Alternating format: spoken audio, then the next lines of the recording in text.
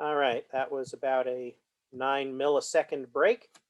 And we're going to the next one, which is hybrids. Hybrids are the standard in industry anymore. We don't grow open pollinated varieties unless we have to. Something like lettuce. Nobody has yet figured out a way to make hybrid lettuce seed in an inexpensive way. If you solve that problem, if you come up with a genetic mechanism to make hybrid lettuce, you just made a career. For other crops, we grow hybrids like corn. We will plant the plants that we want for the uh, production of the corn seed in some of the rows, and we will plant the ones we want for the pollen in other rows. And we will let the pollen producers grow up, pollinate our field. We call those the male, even though the plants that we call the males, they're also growing corn and silks. They're growing the cobs. They're male and female. They're monoecious plants, but we're using them as males. We only care about their pollen. And as soon as they're done with their job of pollinating, we'll take a tractor through and cut them down. We don't use them. And what's left are the plants that are used as females. Well, how do you keep the females from acting like males? I did this as a kid. You get really good, strong shoulders from this, but you run down the field for 8 hours, grabbing the immature tassels off the top of the developing corn, and you break off the tassels. So the females don't have any males anymore because you ripped off the male part and you dropped it into the furrows. You walk with your hands up here for 8 hours, and trust me, your arms are sore.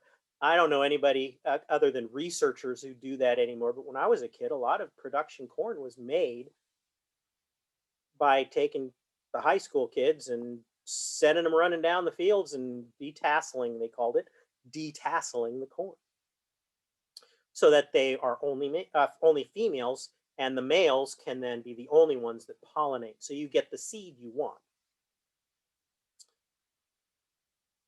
So now you've produced seed from genetically different plants.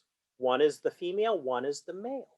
So what you need in order to do that is a highly inbred female that's all genetically similar and a highly inbred male. But they're different. They're inbred, they're genetically the same inside. And what I mean by that is something that I'm going to have to show you on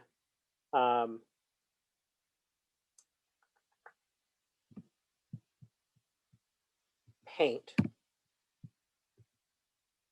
So imagine I have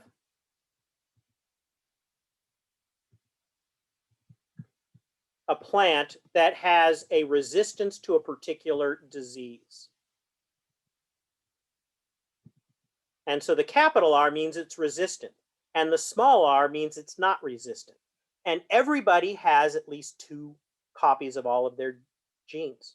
As humans, we have 2, one from mom and one from dad. Plants might get 2 from mom and 2 from dad, and we won't go there. We'll keep it simple. 1 from mom and 1 from dad. Well, let's say this plant got resistant from mom and resistant from dad.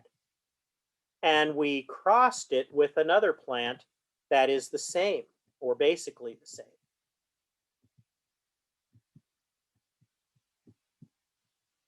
Well, this plant can make an egg or a sperm that could be a big R or a little r. The egg and the sperm only get to be one of them. They both don't go into the egg and sperm. And this plant can also be big R or little r. We don't know. Kind of a random thing, right? So I can mix and match in any different way. So my child from that cross could be big R, resistant. I get my disease resistance. It could be big R, little r. It could be little r, big R. Now, whether that's resistant, big R, little r, big R, it depends on the disease. Sometimes you need 2 copies to be resistant. Sometimes you only need 1 copy. Doesn't matter. Either one of them. Now, either one of these might be resistant. And it could be little r, little r. Now, this one is definitely not resistant to my disease. Farmer's not going to be happy if 1 in 4 of his plants are dying of disease. So what do you do with hybrids? Now, this is happening thousands of times on thousands of genes, but let's just keep one gene in mind. Maybe mom is big R, and dad is little r, little r. And so every single one of the children are going to be big R, little r. There's no choice. Every single one of the children will be resistant and identical to all the other children. There's no choice. And that's the perfect hybrid. And you might think, well, why do I have the dad then if it's not giving anything? Well, this is one gene, remember, and we've got maybe 30,000 or more genes. And so the dad is giving some genes that the children need, and the mom is giving other genes that the children need. And so when you put mom and dad together, you come up with a super child with the best of both mom and dad. And that's the idea of a hybrid. They are better than either mom or dad alone. In addition, if somebody steals this plant that I sold to the farmer or steals some seed off of that, what can I get from this child plant? I can get what's called segregation. The farmer doesn't know what he's going to get if he grows that plant. And that's just for one gene. Now this is repeated thousands of times. So if the farmer steals this and tries to grow it him or herself, they're not going to get the seed that they bought. If they try to grow it again, they're not going to get mom or dad. They're going to get some random mixture of mom and dad, the good and the bad. And so can somebody still steal a hybrid? Yes, but it might take years to do it. It's called breaking a hybrid. And if you break a hybrid, it might take, I would say, typically 7-8 years to do it.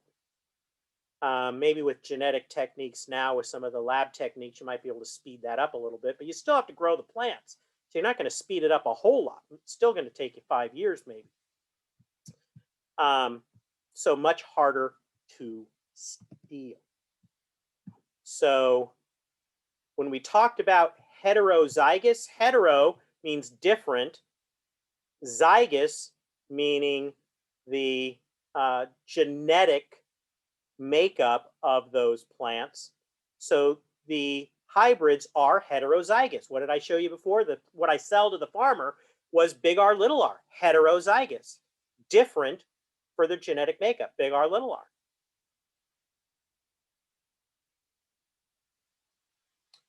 And it's resulting from a cross of 2 or more parents. You might think, or more, how can you have a threesome with plants? How does that work? It's usually a threesome or a foursome, and yes, it can work. It gets really complicated in some of the breeding practices, but it's really interesting how they can cross this to come up with a uniform plant for the grower. Hybrids can be selfing or outcrossing. With tomato, they pay people in greenhouses in developing countries, primarily South America and Southeast Asia, to literally take the flowers off of the tomato plants and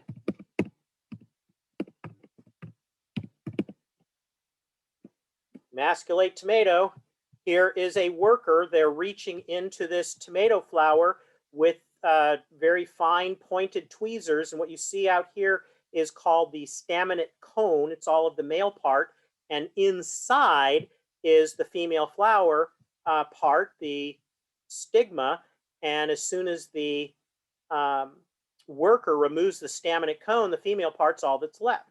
So one day, before the flowers have pollinated, a crew of workers will come through and remove all of the male parts and tag the individual fruits or flowers. And then the next day, they'll come around with pollen from another plant and dab, dab, dab, dab, dab pollen onto the other flower.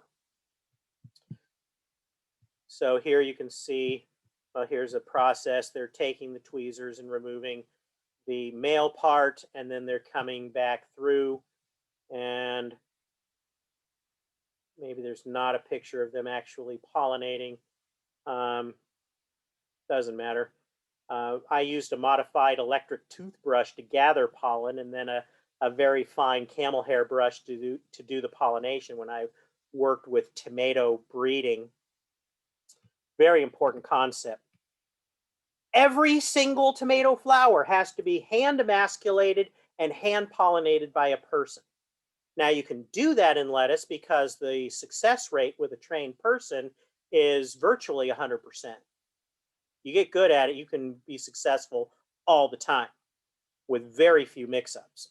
And the other advantage is that you have, for every successful pollination, you get a tomato fruit with many dozens or even a couple hundred tomato seeds.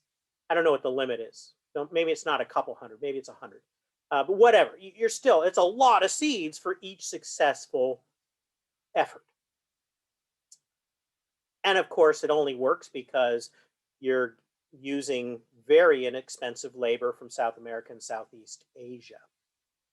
So that's a plant, the tomato, that is selfing, but they still make hybrid seed by manipulating the biology and a lot of work of very cheap labor. And we don't realize how dependent we are on other countries with their poor labor practices. We talk about it in the United States, and then we stick our head in the sand and pretend it doesn't exist. We pretend that we don't sit here benefiting from the